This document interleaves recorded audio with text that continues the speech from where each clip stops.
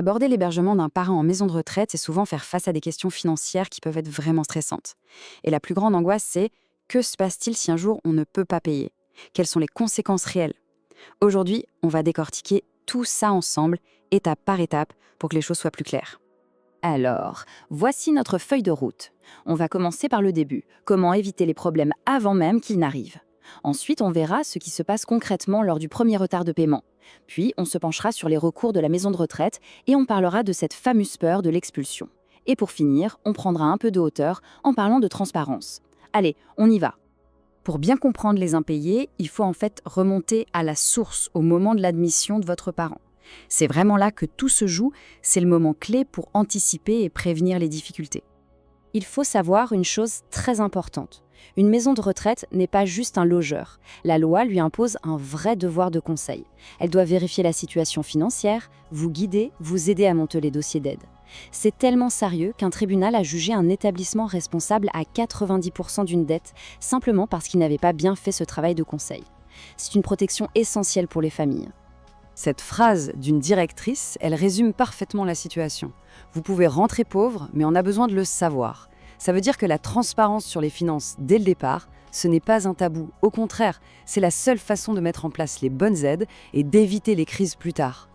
C'est vrai, réunir tous ces papiers peut paraître un peu lourd, mais c'est justement ce qui permet à la maison de retraite de jouer son rôle. C'est avec ces documents qu'elle peut évaluer la situation, voir si votre parent a droit à l'aide sociale et donc sécuriser le financement de son séjour. C'est une étape cruciale. Bon, mais imaginons que malgré toute cette préparation, un retard de paiement arrive. Ça peut arriver. Alors, qu'est-ce qui se passe concrètement? Quelles sont les toutes premières réactions de l'établissement? Vous voyez, la réaction n'est pas brutale. Il y a un processus bien défini et progressif. D'abord, une simple lettre de rappel, un peu comme une piqûre de rappel amicale. Ce n'est qu'au bout de 2 mois qu'arrive la mise en demeure, qui est un courrier plus officiel. L'idée, c'est de laisser le temps au dialogue pour trouver une solution avant que ça ne s'envenime.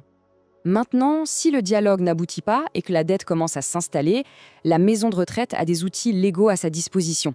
Et c'est là qu'entre en jeu un concept juridique qui vous concerne directement en tant qu'enfant. Ce concept, c'est l'obligation alimentaire. Qu'est-ce que ça veut dire? Eh bien, c'est un des piliers du droit de la famille en France. Ça signifie que la loi peut exiger que les enfants et même leurs conjoints participent financièrement aux frais de la maison de retraite si leurs parents n'ont plus les moyens de payer seuls. Attention, il y a une différence fondamentale à comprendre ici. D'un côté, il y a la caution solidaire. Si un enfant la signe, c'est un engagement personnel et volontaire, un peu comme se porter garant pour un loyer. La maison de retraite peut alors lui réclamer la dette directement. De l'autre côté, il y a l'obligation alimentaire, qui vient de la loi. L'établissement ne peut pas l'activer tout seul, il doit passer par un juge. Et donc, si aucune solution n'est trouvée à l'amiable, l'affaire peut se retrouver devant le juge aux affaires familiales. C'est alors lui, et non plus la maison de retraite, qui va regarder les revenus et les charges de chaque enfant pour décider qui doit payer et combien en fonction des capacités de chacun. On arrive maintenant au sujet qui est sans doute le plus angoissant pour toutes les familles, le risque de voir son parent mis à la porte. Démêlons le vrai du faux. Alors, est-ce qu'un résident peut être expulsé? La réponse courte, c'est en théorie, oui. Mais, et ce mais est énorme, la réalité est beaucoup plus nuancée. La loi permet effectivement de mettre fin au contrat en cas d'impayé, mais la pratique est truffée de garde-fous. Le plus important, si l'impayé est la conséquence d'une perte d'autonomie ou d'une altération des facultés du résident, l'expulsion ne peut pas être justifiée. De plus, la chambre est considérée comme un domicile, ce qui rend la procédure extrêmement complexe et soumise à l'autorisation d'un juge. Ce qu'il faut retenir, c'est que les directeurs eux-mêmes le disent, l'expulsion est une solution qu'ils redoutaient et qu'ils n'utilisent qu'en tout dernier recours. Les obstacles juridiques, pratiques et bien sûr éthiques sont tels que dans les faits, c'est un événement rarissime. C'est plus un épouvantail qu'une réalité du quotidien. Maintenant, il faut prendre un peu de recul. Parce que ce problème des impayés ne se résume pas à une simple histoire entre une famille et un établissement. Il y a un contexte bien plus large. Et là, c'est assez surprenant. Figurez-vous que bien souvent, les maisons de retraite sont elles-mêmes victimes d'impayés, de la part de l'administration.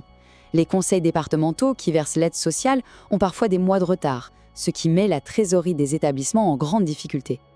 Face à ce flou général et à ces problèmes récurrents, les autorités publiques ont décidé de taper du poing sur la table.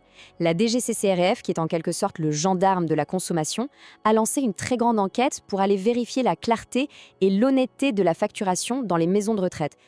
Et cette enquête, elle est plus que nécessaire. Pour vous donner une idée, une précédente enquête dans un secteur voisin, celui des résidences-services pour seniors, avait révélé un chiffre qui fait froid dans le dos. 40% des établissements contrôlés présentaient des anomalies dans l'information donnée aux clients. C'est énorme. On termine donc sur cette grande question. Est-ce que cette volonté de mettre plus de transparence sur la table suffira à apaiser les choses, à reconstruire ce lien de confiance si fragile, mais absolument indispensable entre les familles et les établissements pour traverser ces situations financières qui sont avant tout profondément humaines?